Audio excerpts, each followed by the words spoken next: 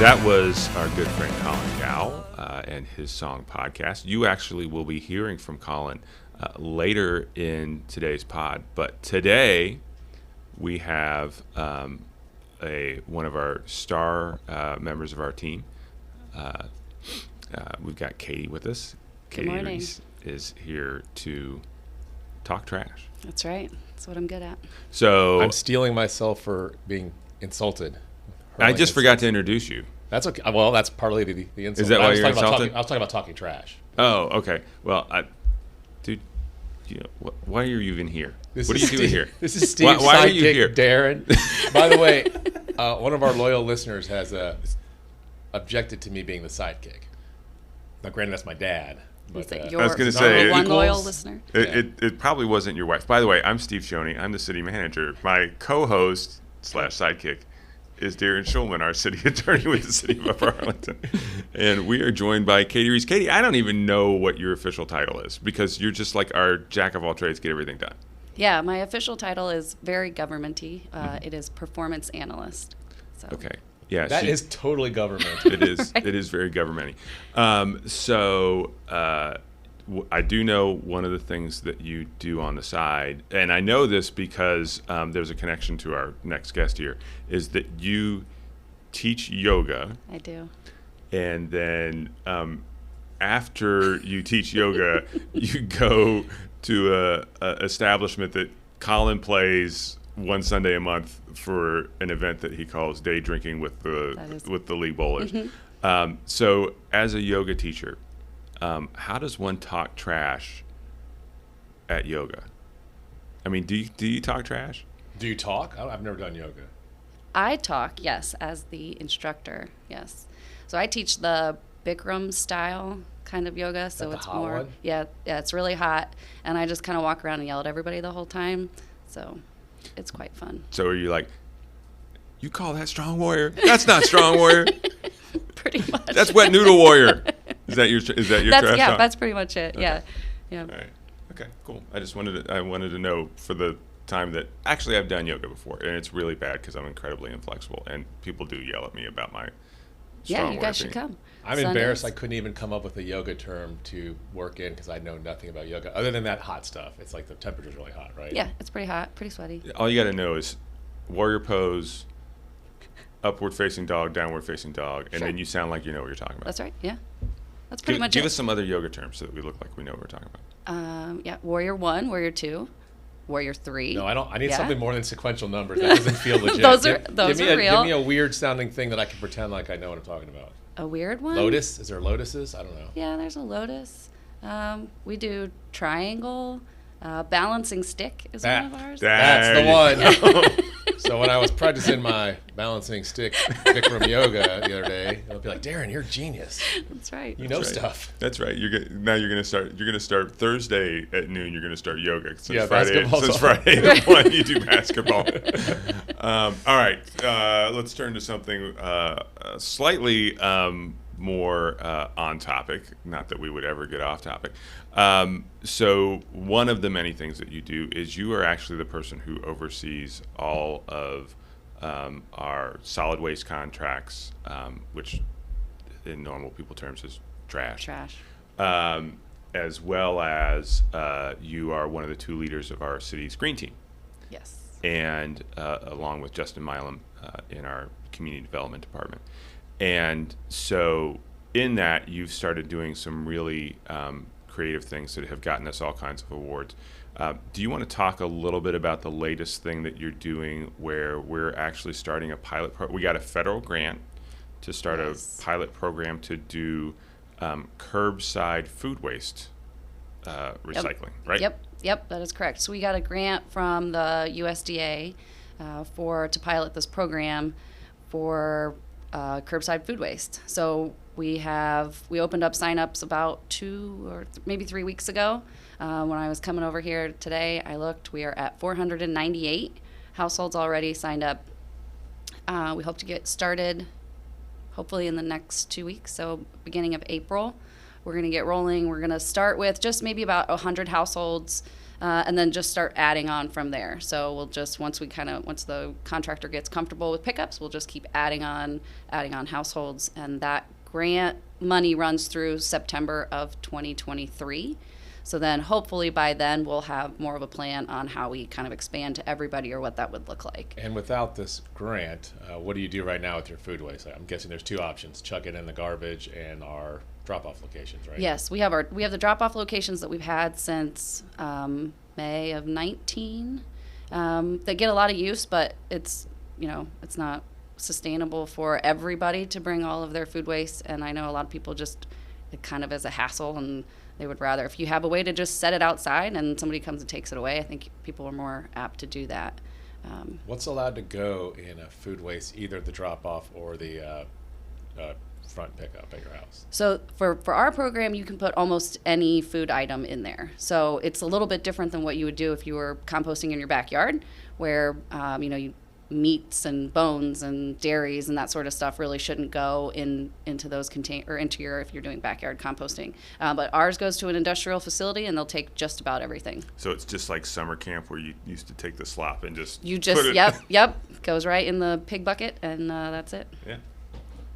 So Darren's looking at me like he's wondering where I came up with that reference or something. I'm impressed, but I also went to camp and did that. So Okay. It's kind of like the best, weirdest reference we've heard all day. I grew up on a farm, so ours really was called the pig bucket.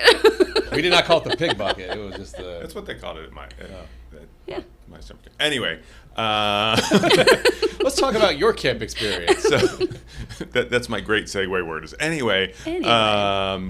So we talked a little bit about what you can and can't put into those things. The other thing that we get into maybe occasional arguments in my home. What can and can't go into the recycling bin? That's a good one. Talk to me, maybe talk to my wife about recycling, and what's good, what can and can't go in there. Yeah, so that's a hot topic, and whenever I am at family events, but before anybody puts anything in the trash or recycling, everybody holds it up. Katie, where's this go? I'm like, oh my gosh, you guys. So recycling is it's expanded over the years, and just recently Rumpke announced that there's even more stuff now that can go in. So it's always changing, but it is difficult because a lot of people think that the little triangle symbol with the number in it means that it is recyclable, and that is kind of the opposite of that. That is just that's just used for the guys who make the plastic, the people who make the plastic. So Rumpke, the way that they do theirs actually goes by the shape. So especially for plastics. So anything paper pretty much can go in, cardboard, that sort of thing. But when you get to plastics is where it gets confusing, because everybody thinks that like, all my number 5s or all my number 6s, and that's not how it is. So they'll look at like bottles and jugs was the big plastic for a long time. If the base was bigger than the lid. A milk jug or something? Like a milk jug or a laundry detergent water bottle. Yeah, any of that stuff. And now they've opened it up so they can take cups. Like yogurt cups? Yogurt cups, cottage cheese containers, those sorts of things. Because they were not recyclable for a while. They were not. I just almost died every time I ate a yogurt. I felt really bad. Yeah. So they'll take those now, and like your plastic cups that you would get at like Starbucks or McDonald's or something like that. And all those plastic cups can be recycled. They'll take for a long time, like your coffee cup, you couldn't recycle that. They'll take those now. The only thing that still can't go in there is those red Solo cups, like that type. Well, I'm coming from Delaware before here. Obviously, it's been a year now, but we had to separate everything out into separate bins. And my understanding is here you can just chuck it all together and they'll take care of that. Is that accurate, or am I just totally screwing up the recycling system? Yeah. So Rumpke's facility, and that's where all of our recycling, that's where pretty much everybody's recycling in Franklin County goes to the Rumpke facility over on Fields. And theirs is they call it a Dirty Murph. That's a fun. Dirty Murph. Dirty Murph. That sounds like a band name. Maybe Colin will want to use that. The Dirty Murphs. The Dirty Murphs. That would be really good. We'll pitch it to him. Yeah, we will. We'll but that means it all goes together, and then they separate it once it gets there. And if if any of your loyal listeners are interested in that, it's a really cool tour. Brian went with me the one time too, and it's their technology of how they separate it is awesome. They use like lasers and everything. It's really cool. So they've already got the Dirty Murph tour set up. Like, we're ready. They knew the impact. We should make T-shirts, Dirty Murph tour. They knew the impact of this podcast.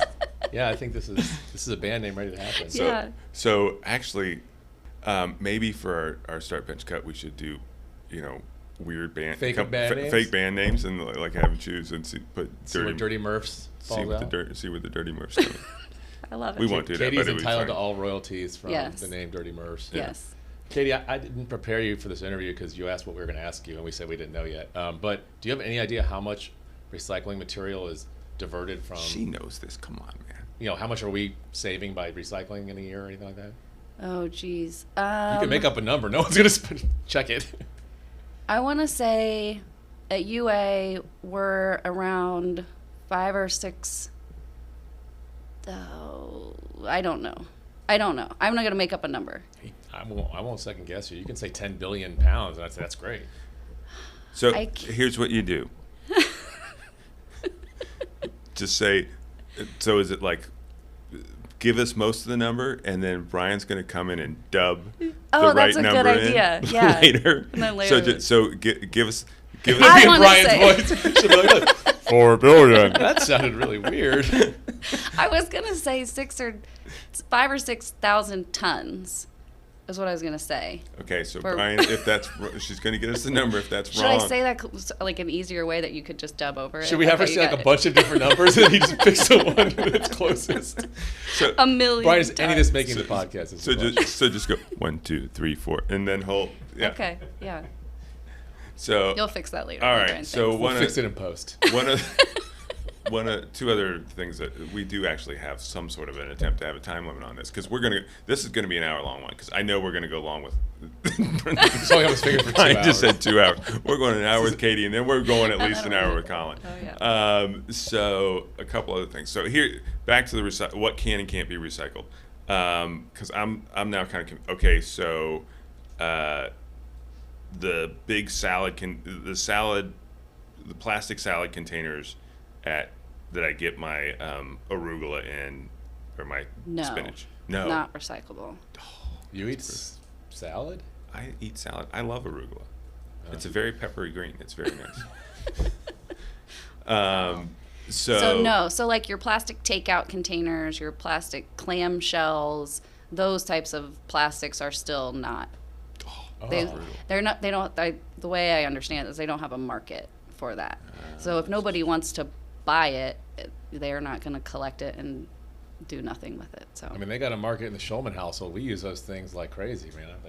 So I'll just bring all mine over to your house. I mean, nobody wants to buy it on the back end. Like they can't use that plastic to make something else useful. No, I was kidding. I don't even want to buy Steve, but I do have a lot that I reuse. Okay. I'm not. You don't have to buy them. I'll just bring them. Let's drop them off. You're going to come into your office. You're coming into your office next week, and it's going to be completely full. My yard is covered with everyone else's takeout. Arugula.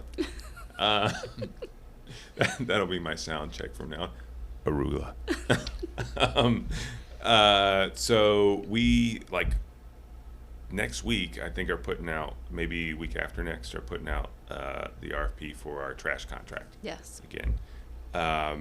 So anything that we want to kind of prep our residents for as we look forward in terms of the trash contract, or is that way too nerdy at this point?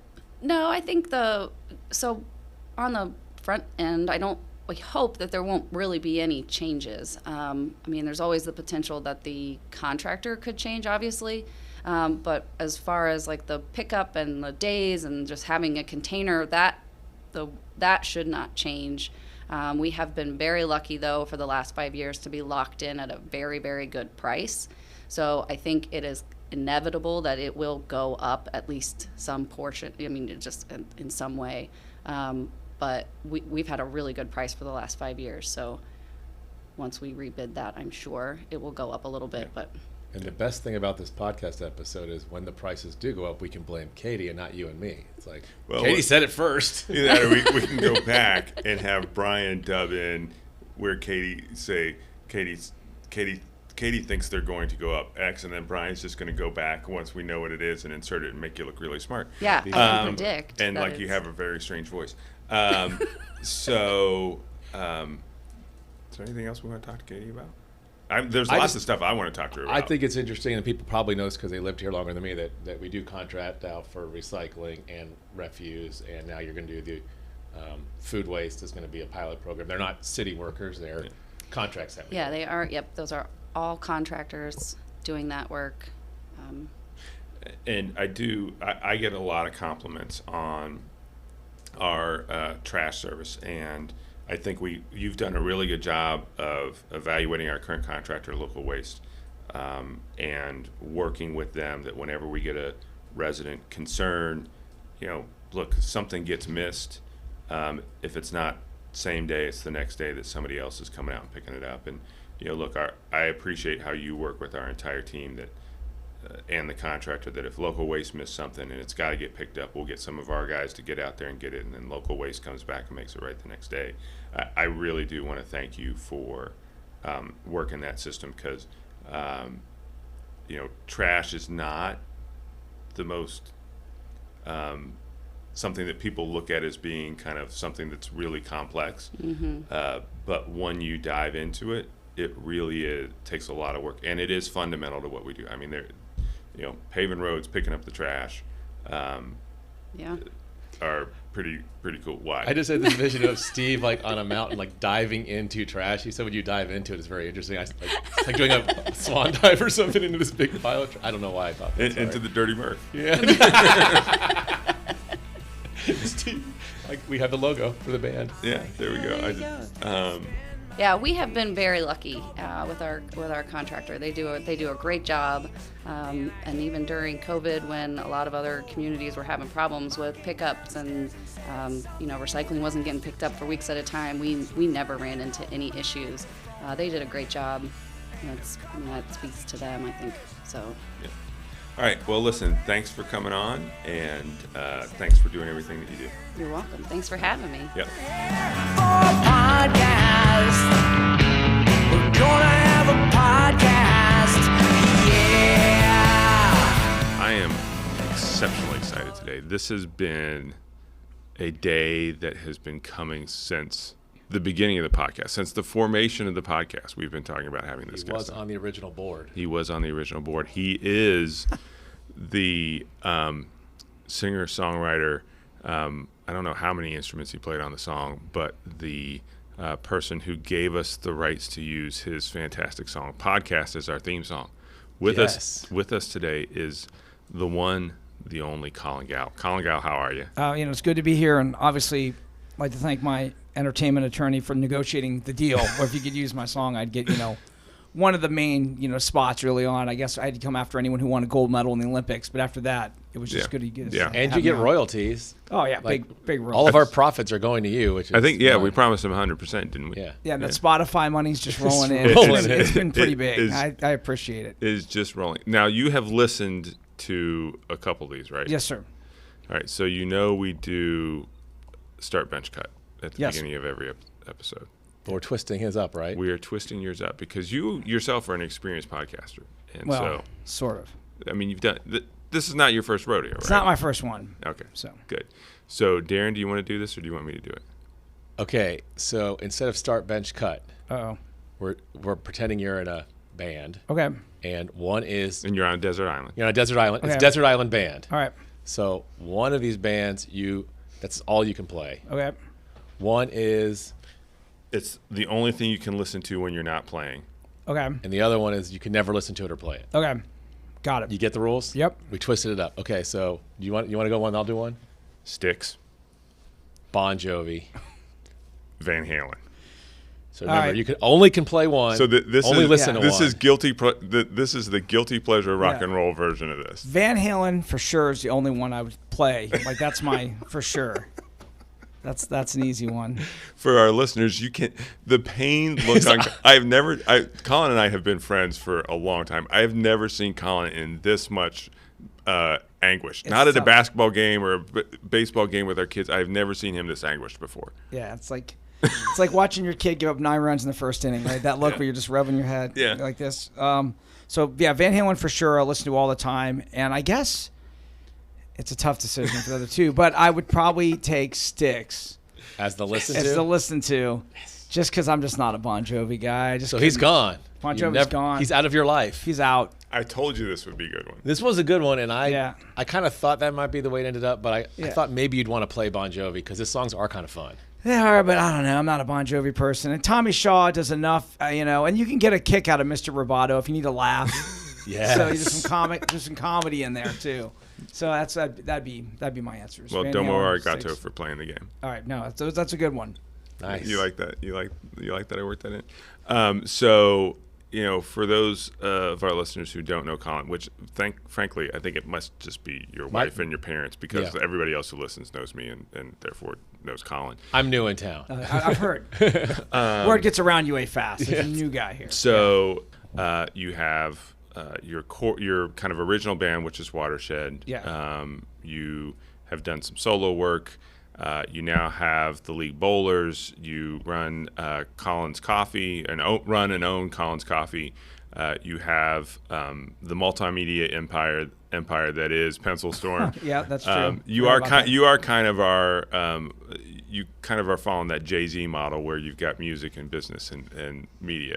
Is that what's going on? Is that your master plan? I guess it's kind of that way. Sans the prophets. You know what I mean? They're all hobbies. You know what I mean? So nothing's professional. They're all on a hobby level. But it just when I had the chance to do the coffee shop and I was doing websites through music, it just seemed like it makes sense to do a website with more than one person involved. So Pencil Storm was the idea. So it's just a loose collective of just different people, and it's like Facebook but on steroids. You can post there and it kind of lives there forever. So that's fun. The coffee shop is a coffee shop, and then I've always done music. Music's my main gig, and I did Watershed since the time I was in 8th or 9th grade, and then we got older and guys moved, so we do that once in a while, and then I just play solo with various bands when I can. Just typical old guy rock and roll. So just tell me when I can ask my question. No, you can't ask your question yet. Just tell me. You know which one it's going to be. Yeah, I know what you're. But I got a couple other ones. No, you're good. Just I tell me want to what. get out. So just tell me what. You talked about bands, how bands come and go. I mean, what happens when you're in a band and one of your bandmates starts doing stuff with other guys and starts doing stuff to kind of move away from the original band? How does that play out? It's tough. Beatles style. It's tough on everybody. Yeah. Because I know in Joe's book, Hit Was Wonder, we had a scene where we were working with a producer, and maybe he wanted to have Joe leave the band and join another band, and it was a lot of hard feelings for Yeah, I mean, is it cool for somebody to go out and do? I see where you're going. Do a thing with somebody else. Say you're working with a guy on a show or something like that, and he has his own other podcast, and then they join up with somebody else. Yeah, and he goes off and starts a new podcast, with his brother or something. I mean, who does that? Is that cool or not cool? It's traditionally it's probably not very cool. I mean, going back to Van Halen. I mean, look at what David Lee Roth did with the videos and California Girls, and where did it end up? Dave thought he was going to go off on his own, and look how it ended up. Yeah, but kind is it disaster. Cool? Someone else stepped right in. Right. Is it Van cool Hagar if you was stay pretty big? Yeah. If you stay with the original band and have no intention of leaving, are you still cool? It's just that you're walking a fine line there. Man. It's just tough. I like how you deftly slipped that in there, Steve. So for our 5 listeners, Darren has started a podcast with his brother, which actually I think has 2 listeners. My parents. Your parents. Is your brother now I don't have to call mom and dad because they can just listen to me? Is that part of what he's trying to get out of? So anyway, Darren started his own podcast with his brother, and it was kind of shocking to me. It hurt a little bit. He was hurt, and we name checked you and everything. But I know. So they've tried to soothe the wound. So they've tried to make up for it. So anyway, you have some questions you want to ask. Colin. Can I ask my big one? You can ask whatever you want. Okay, Watershed. Yes, sir. I heard from Steve, so if it's wrong, I apologize, all right, that you opened for Insane Clown Posse. We didn't just open; we did a whole tour. That's legit? Yeah, it's one of the worst tours in history. Like Juggalos and the Insane Clown Posse? Full on Juggalos every night, throwing stuff at you. Full on Juggalos. How did this happen? They're crazy. We were doing an album. This is years ago, and we had been on some labels and another label, and it didn't work out. And we did this record, and we didn't have anywhere to go with it. And then through mutual friends, nobody would open up for ICP, the Insane Clown Posse. You think? Because everyone just throws stuff at them every night. And this is right when they were blowing up. So Great Malenko, they're going into 3,000 seat places, and they're just catching fire. And their show was only like 50 minutes long because they rap and they dress up. You're not familiar with Insane Clown Posse. It's an incredible show. You know, they wear makeup. They're evil clowns. They spray Faygo everywhere. They have ghouls on stage. It's like Alice Cooper or Kiss for rap at the time, right? So they need someone else to open up because you can't just book a 3,000-seat place and do 40 minutes. And no one would do it. And because Watershed was so down on our luck, we knew mutual people and was like, yeah, we'll do it, I guess. So we would go and we opened up for them, a rock band, like a band that, you know, it's like Cheap Trick or the Kinks opening for the Insane Clown Posse every night. And it didn't go well. Did you ever get to interact with said Insane Clown Posse? Are they cool? Or yeah, they're super cool. At the time, we didn't want to blow it at the cover for any of the kids. Like, oh man, those guys are we never see them and they're evil and they're crazy. But no, they were super cool. They couldn't believe we didn't quit the tour, and we didn't have anything else. Like any good rock and roll band, we just come home to working jobs in Columbus. So we did it, and you know, it's kind of a thing of lore there because it's not just like a bad bill. It's just two styles of music that were completely different. And their fans are notorious. They're on the like FBI watch list or something. This is when they were just young enough to.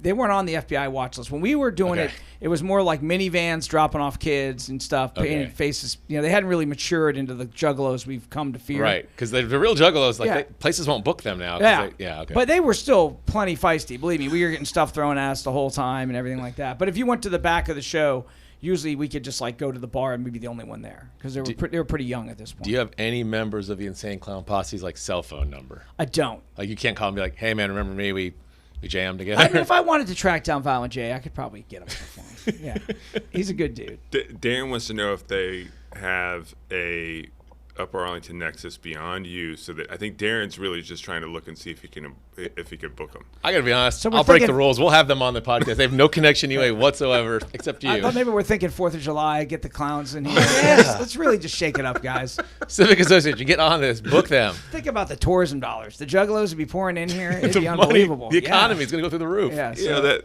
I could. You know, there is a lot of dancing at Northam Park, and I can see. I think it's got a good beat. Bring it up to the city. We don't book that. We don't book those bands for that night. That's all done by our fantastic Upper Arlington Civic Association. And Darren, I think you personally should go to the next Civic Association meeting and pitch booking the Insane Clown Posse. It would certainly make a splash. I just want to, as a public service announcement for our core listeners who might not be in the demographic that knows what Insane Clown Posse is, just Google them. It's worth it. Oh, yeah. There's some good stuff. You need to know what we're talking about. Now, what was that song that you played? Miracles. Oh, that's pretty funny. You know that song? Yeah, oh, yeah. That's kind of a softer jam. The Magnets and Miracles. How does that work? Yes. Yeah. So we did definitely. I spent time opening for the Clowns, so that is a true story. So it's quite an experience. So I got to ask you about some. So we talk sports here a lot, and there's something else I got to ask you about that I know you're pretty passionate about. How bad are the Reds going to be this year? Whew, man, I'm starting. It's funny. I went from like 2 weeks ago when our owner basically got rid of our entire team for a literally bag of peanuts. For nothing. No, we're just cost cutting. Forget that this the value of the franchise is 5 times what it was 10 years ago. He just got rid of all these guys, and it's depressing. My son and I are both Reds fans. We were looking forward to just being mediocre, and now we can't even have that. Now I'm starting to like make sense of it. Well, maybe we'll be okay, but no, the Reds are going to be bad. It's going to be bad, and it's disappointing because we've been so bad for so many years, and we weren't even good the last couple of years, but we weren't horrible, so it just kind of felt good. And now it's like to watch all these guys leave. It's they kind of went all in, but it happened to be the year of COVID, and so it just didn't work. Yeah. Remember, they actually bought like players, and they're like, okay, that didn't work. Let's get rid of them. Not the best signings, but you can't just trade away your best players because you made bad signings. That's not really, but that's what we did. But it's disappointing. But yeah, probably 90 losses, I would think. Unless everything a miracle, unless the Clown Posse brings out some miracles. Yes. So now I got I got to question something about you, man. How did you end up having your son be a Reds fan and a Browns fan? I mean, you doing it the other way around, I think would have been a little bit smarter play. Probably. I just when I grew up in Columbus, so at my age.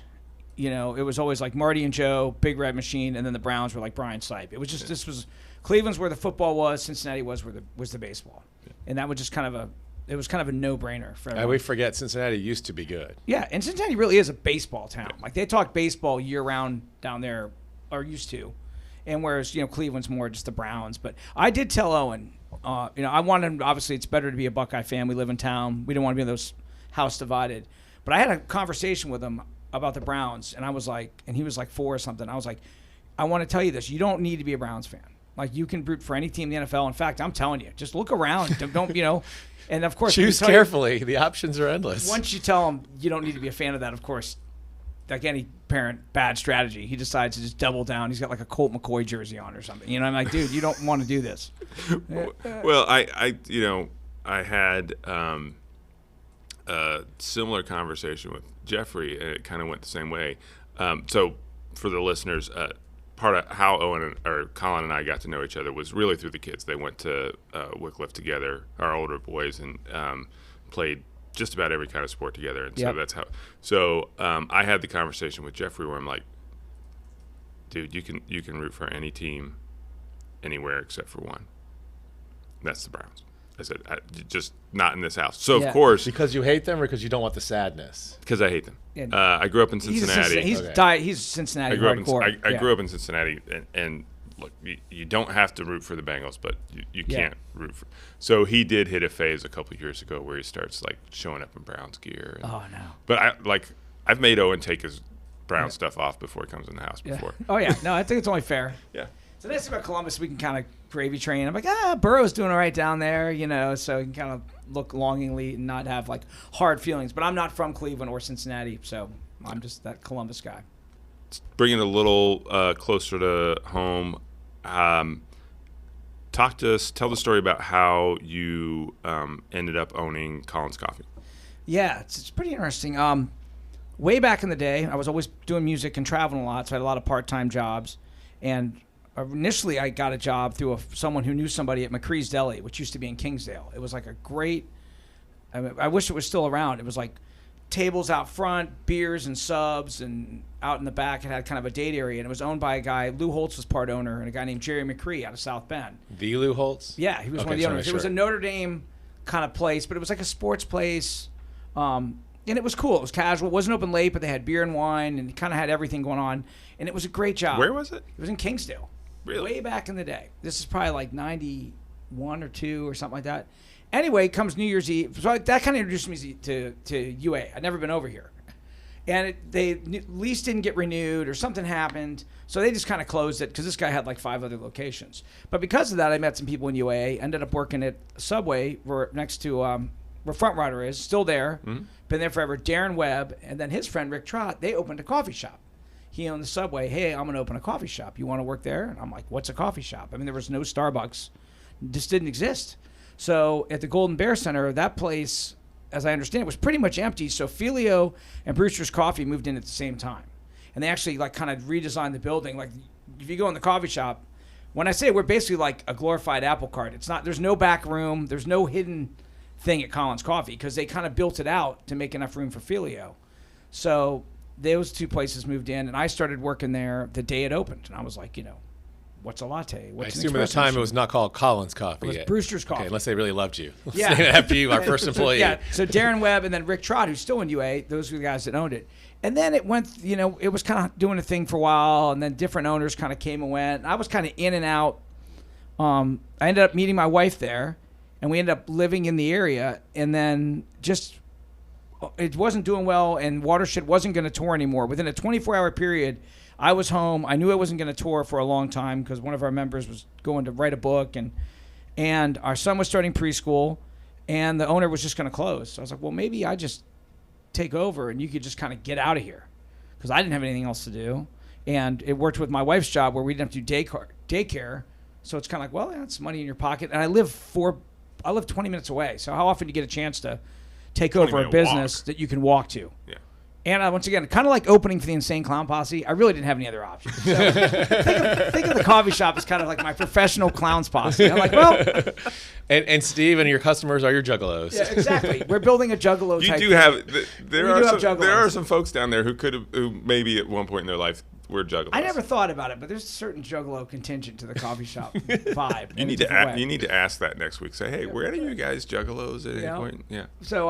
So anyway, it just happened real spur of the moment, and it was like, well, I'll just try to keep it going. So there was a big learning curve, and just kind of switched the name, Ingenious Colin's Coffee, And that was, I guess, Owen's 18, so that was probably 15 or 16 years ago.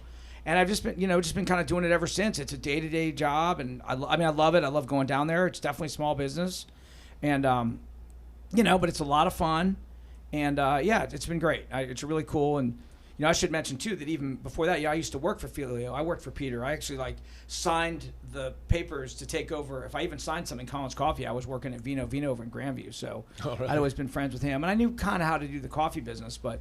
Anyway, so been there ever since. So it's been quite a ride, and the customers are great, and UA is really supportive of local business. And when you, especially, it happens all the time, but with COVID or we had our window broken last year or anything, but especially COVID, people are just so generous. So they really do rally around the local businesses, which is you feel lucky to be part of it. It's really cool. How have you managed to, adjust when? You mentioned Starbucks earlier. That's the thing now. There's coffee shops everywhere that are branded and things. Yeah, absolutely. In a way, it's at first it's kind of scary, but Starbucks has really just lifted all boats because in the summer we used to not sell any ice drinks. That was Dairy Queen territory. You were just tumbleweeds, and now more people drink iced coffee than hot coffee, and a lot of that and it's it's an espresso bar. So people get confused when I realize we have everything Starbucks has. It's just we have all coffee shops. If anyone's listening, we all have everything. So you can get a caramel macchiato, you can get a frappuccino. There was someone recently just came to the shop who's been coming in. This reflects poorly on my business acumen. He's probably been in the shop 700 times. I would say he's a regular. And he was like, "Oh, I didn't know you sold espresso." I'm like, "Yeah, that's kind of the whole." That's what that big machine back there is. It's kind of the whole gig. The machine I just bought that costs $3,000 more than my car, which either makes that a really expensive machine or my car is a real beater, so you can decide that. But that's kind of the, getting that through to people. But, Starbucks does a great job, and they've, it's easy to make fun of them, but obviously they do, we've all been in the airport. We've all been to Starbucks. So there's enough room. It's like pizza. There's enough room for little niches everywhere. So, just try. I would say go to Starbucks, but try a local place too. And I'm sure you guys do it when you're out of town. It's always fun to go try a local coffee shop and just see what's up. So, do you have any crazy signature drinks triple packed espresso with a unicorn on it or something? We have everything. The Golden Bear, probably because we have a giant golden bear out front. I think subliminal messaging. People just come in and say, "Give me the Golden Bear." I don't care what it is. I want it.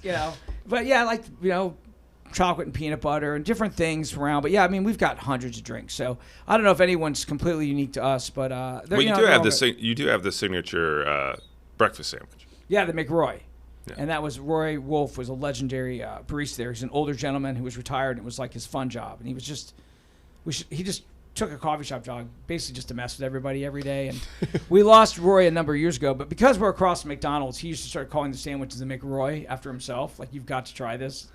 And it just stuck. So our breakfast sandwich is the McRoy. What is it? What can we get? It's a egg, bacon, and cheese on a Block's bagel. So we get Block's bagels, which is sweet from over in Bexley. So and the everything bagel is pretty good. It's really good. Yeah, the everything bagel. That's the thing. And Block's is legit bagels. So it's cool they bring them over there. Mr. Block himself still shows up in the morning sometimes. Really? Lugging those things in. So small business. One day that'll be me, sending the coffees out there, dragging the trash out back. Well, and I do. Speaking of things that you do to help folks out, I do want to thank you for whenever we've got a snow emergency call coming out. I always call Colin up and say, "Hey, we're gonna put a little bit of money on account, and everybody who comes in who's driving a plow, go ahead and get them hooked up." And I know there's been a couple times where you're like, am I gonna go and open the shop today? And I send you a text, all right, I'm gonna walk down and open the shop. I'm in walking distance. Yeah, I can't leave the boys hanging. So I do appreciate that, and they appreciate it. So they love happy to. That's what we're there for. Want to keep those guys alert out there. Don't want them drifting off into sleep on their big long shift. That is an advantage of a local business, because can you imagine calling Starbucks corporate? Hey, could you open up a shop in Upper Arlington and just let me put an account for today? Is that cool, Starbucks or any other company? Yeah. Dunkin' Donuts? No, not gonna happen. That's not really gonna happen. Yeah, we're easy to reach. Definitely the hierarchy, pretty easy. So are you guys? I haven't been down there in a few weeks, and since all the mask stuff went away, are you guys open inside now, or are you still? Yeah, we're open inside, and the patio's open. And the twist is we put in new tables, but our tables are all standing. So I know it seems crazy, but we learned a lot through the pandemic. I'm sure we all did, and we learned what was working and what wasn't, and there was definitely some eye-opening things. And so we're open inside, but it's all standing tables, so it kind of keeps the flow going better. It's hard to explain why that would work better, but people tend to camp all day or whatever, but it just kind of gives the energy. You're all welcome to be in here, but we're not going to sit all day. And then the patio is real nice, so you can move outside if you want to go. So that's been kind of our happy medium from where we were to where we are now. And I think it's going really well. It's really been cool. And like I said, we can't complain. It's not like, the pandemic, obviously, here I am at a coffee shop, which is really a pretty easy thing to run. It turns out an amazingly easy thing to run in the pandemic. You don't know at the time, but limited supply of things. We can get things in. It's small. People drink coffee at home. It's kind of like the pizza of the morning. It's not going anywhere. Pizza of the morning. Yeah, That's a T-shirt. Yeah. Coffee. The pizza but of the in a morning. pinch, Why don't you have that on a T-shirt? no, you're not going to cut that out. No. If anything, you're getting another cup, right? Yeah. And then it turns out our drafty old space turned out to be the greatest space to feel safe because we have 2 doors. There's tons of space. We're not on top of each other. We have the patio. So we really came through the pandemic pretty well. Obviously, a lot of my friends still work in the music industry, which was just a disaster. If I would have still been playing gigs, I don't know what you do. Your whole tour's canceled, all the roadies canceled, the sound guys, and that's been years of that. So I felt pretty fortunate, really, really fortunate that the coffee shop, all things being equal, has been able to go through this without a lot of hiccups, whereas obviously a lot of businesses weren't so fortunate. So I just need to step back 30 seconds. I know there's a guy locally who does your T-shirts. If he's listening to this, he needs to develop a coffee, the pizza of the morning T-shirt. Yeah, I would buy one. Yeah, I think that's the next merch opportunity. all right, I'll put it out to We will wear that under our sweaters. Brian Peterson over at Roach Studios, local UA guy. Yeah. Does all the swag. So I'll tell him. I see him. He's a regular. Here's what's going to happen, Steve. He's going to print those and make $1 million, and we're not even going to get one, much less the royalty. See, part of this is I wanted to get you to do a shameless plug for him there. Yeah. Oh, absolutely. Yeah. Take that opportunity. I just want the shirt. I know. I think it would be really cool. All right. So talk a little bit about kind of what your current music project is. Are you really focused on the bowlers at this point? I'm playing solo, and I should probably play more by myself, but I'm a band guy. I like to get together with the guys. I like to make racket. Steve might be like the league bowler's 4th biggest fan in the world. He comes to more shows than you think. I think I might be 5 because I think my wife is 4. Yeah, because so. But although you've got kind of a groupie kind of following. There's a few. It's not Watershed. When Watershed plays, there's actual excitement and fans. When the bowlers play, it's a little different. But I'm just working on new stuff. We try to play about 1-2 shows a month. It just keeps me playing. We probably got to record some new singles. I'm supposed to go record some stuff in June. Steve can attest, basketball takes a lot out of a man. I pretty much shut everything down for basketball season. So working with Steve during basketball season was it was this thing. And it was hard. It was hard this year. So both Colin and I had seniors on the varsity basketball team, and it's a really close group of kids. And when your kid is approaching the end of what has been, they've been doing it together since they were in 2nd grade, so 10 years. And they've battled injuries and all that. So then this year it was you can't help but be like, please, we got to get through this year. And they had an amazing year, but Jeffrey didn't quite escape, broke his finger and played through it, but got out there. But so that time of year, and I think anyone, I'm talking to a UA crowd here, when your kids are in sports, especially senior year, that takes a lot of your bandwidth. I will think about that. No pun intended, bandwidth. Exactly. Ayo. But I'll always be playing. I know it would run by. I've been doing these fun shows at Woodlands called Day Drinking with the Bowlers. We play Sunday afternoons at 4, which I think is great because you can do it in the afternoon. It's perfect for this crowd. Perfect for our demographic, as I hear, over 40. Come out in the afternoon. Former juggalos, retired juggalos. The juggalos are still asleep. You don't need to worry about the juggalos coming in. They're not even up yet. It's Sunday. And just keep writing, keep playing, and stay active. It's like, you just want to keep, I love playing. So whatever we can do that. And, we about once a month we do a show. By the way, I ask you a dumb inner question, are you allowed to play Watershed songs with another band, or the rights stuck with them where you can't play it because the label has it and all that stuff? No, we can play it. We own all our publishing and stuff. So I don't play a ton of Watershed when I play solo, but I play some. We mix it in there. But anyone we can play, and so it's not like Epic's gonna come in here and be like, "Yo, that's our song. You can't play your own stuff or anything." Okay. No. For better or for worse, we never sold our publishing. In fact, a few years ago, we got one of our songs, "The Best Is Yet to Come," was the State of Ohio tourism song, and it came down to us in the Rascal Flats. And I'm glad you won. Well, I think the reason we won is they had like 19 attorneys, and they could we're like, how much? That sounds cool. Like we said yes. It was similar to our negotiation for this, yeah, where I'm exactly. like, hey, can we use podcasts? Yeah. Okay. Yeah. So it was a little bit of, but I'm sure like, how would you guys go? Probably because we could just both greenlight it, and someone said, well, good enough. Rascal Flats, we don't go through like a bunch of Nashville attorneys, and these guys just said okay. Yeah. So yes, we own all our publishing. So I didn't mean to cut you off, Steve. No, I was going to say. So just so you know the format of this, where we recorded a segment earlier with one of our staff talk about something. Yeah. Who is another regular at Day Drinking with the Bowlers, Katy Rees, who. Oh yeah. Yeah. So she was mad because she thought she would be here in the room with us, like to interview her. Like, no, we don't tape at the same time. Sorry. The start. That was part of my deal too. I know you're no mixing with the regulars. No, your entourage made it very clear that your rep. We have the green M&Ms in the bowl as the rider required. And I get to come in the secret basement. They don't realize this building has the secret basement entrance for the limos. So, now they do. Dude. Oh, shoot. I shouldn't have said really? Yeah. All right. Now we got to redesign the entire police section of the building. Yeah, so no more secret Batcave. Which is actually what we're going to do starting next month. So, cool. So we finish all of our interviews with 2 questions. One is, what do you love about UA? Second is, what would you change?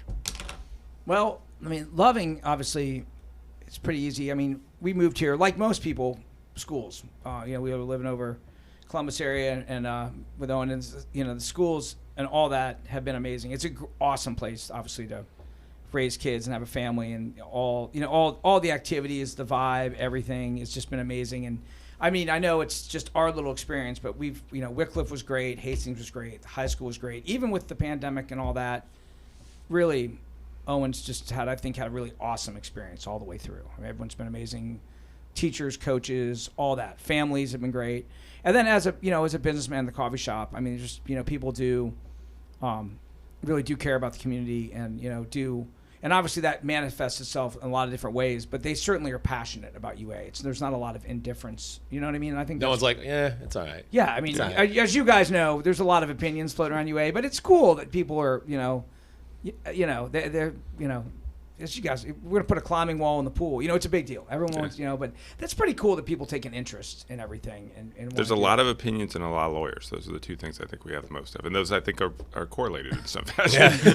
Yeah, they definitely are interchanged. Yeah. And then as far as changing, I mean, this is just it's pretty narrow. I'll just say, being at the coffee shop, we're always like, nothing against what we have here, but everyone's like, wish we just had like one good bar. Like in UA, you know what I mean? Now, I'm not saying that against anything we have, but that's always, that's. I mean, I guess when you put a rock and roller on an official show and you ask him what he wants and he says a bar, that's kind of obvious. I guess I kind of, Yeah, but it's what on can brand. I say? I'm an AC/DC fan and things like that. Van Halen was my desert island. So, but I mean, I think things are moving pretty well along. I don't have any, I mean, I would have said years ago the sidewalk on Mount View because I live over there, but we got a sidewalk on Mount View now. So I'm glad we booked him now instead of before we had the podcast. He would have criticized us for not having a sidewalk. Well, but then we could have taken credit for it. That's true. Because it came up on the podcast. Yeah. No, but I mean, I don't know. It just seems like the ball's always. I wish I could say I had some big gripe other than I wish there was a bar closer to walking distance of my house. Well, I'm gonna expand on that. A bar. Maybe we talk zoning. That's what we do. We can get like a Johnny's on Glen. Now we're thinking big, guys. We'll take one of those houses and just turn it into a bar. A speakeasy. Irwin style. And then what would you like to see in a bar? Like what is a good bar to Colin? I mean, like an Irish pub or like just like a bar, just casual. I prefer a good jukebox, but not that I don't enjoy good beers and craft beers, but just I always thought, I mean, maybe it doesn't work like an India Oak vibe in UA, just more like an after work kind of place where you can kind of hang out. And that, that's based on just one guy's personal opinion, which means absolutely nothing. It's coming next week. So for those who don't know, the India Oak is a bar at Oakland and Indianola on the east side of Clintonville, right up on 71. That is that kind of paneled they've got a little stage in there. Yeah, right? they do some bands on the weekends and stuff like that. It's just I lived in Clintonville for a long time, and or like O'Reilly's or something, like just a place. I can't explain it, but just a little more, just like a tavern. Homey. Yeah, tavern bar. You wouldn't really bring your kids in there. Neighborhood gathering spot. You don't need anything fancy. Exactly. Okay. Yeah, so a place that doesn't look like you want to bring your kids in, but you're not afraid if they walked in to come track you down. Yeah, okay. But you can go there, but it's not fancy enough that you feel like you're, if you're yelling at someone, you're not disturbing someone's dinner. But just a bar. But, a step above Barney's from the Simpsons. Yeah, it's kind of like Moe's. What am I saying? Barney's. I always do something like Barney that. would be there. Yeah, hanging out. There's a place for Barney to go. Now we don't want 20 Barneys. We don't want, just a couple Barneys. Maybe one Barney's funny, 7 is juggalos. Then it's a problem. 7's a problem. But so you can see, I'm hard to please. Basically, I'm just here, But that would be, that's my one meager thing. But that's obviously. That's up for businessmen to figure how to do that. That's not my forte. So. Well, I want to thank you for coming on. We've been looking forward to it. You, obviously after City Council, because our City Council members are all amazing. You are literally one of my favorite people in this community, and so thanks for. That was very smooth, Steve. You like that? For all the council members listening, you are definitely not getting fired now. Yeah, you like my gratuitous suck up. Yeah. But in all seriousness, I think you're a good friend. Your coffee shop is an institution in the community, and I think your positivity that you bring to any discussion about this community is fantastic. So thanks for coming on. I want to thank you for your song. Hey, of course. Well, I appreciate all the kind words. It's an honor to be here. And thanks for your counseling in terms of how to deal with a wayward partner. A cheating host. A cheating host. Yes. Well, I thought the Van Halen thing. Just gotta remember, sometimes guys want to go off and make it big. And Sammy Hagar takes over, and you sell twice as many records. Is there ever a time when you might be like, "Hey, this guy's a crucial member of the band. We need to pay him like double to keep him." I'm happy to double what we pay you for this. Math got me. All right. Thanks, Colin. Thanks, Darren. Thanks, Steve. Thanks, guys. Right. Bye.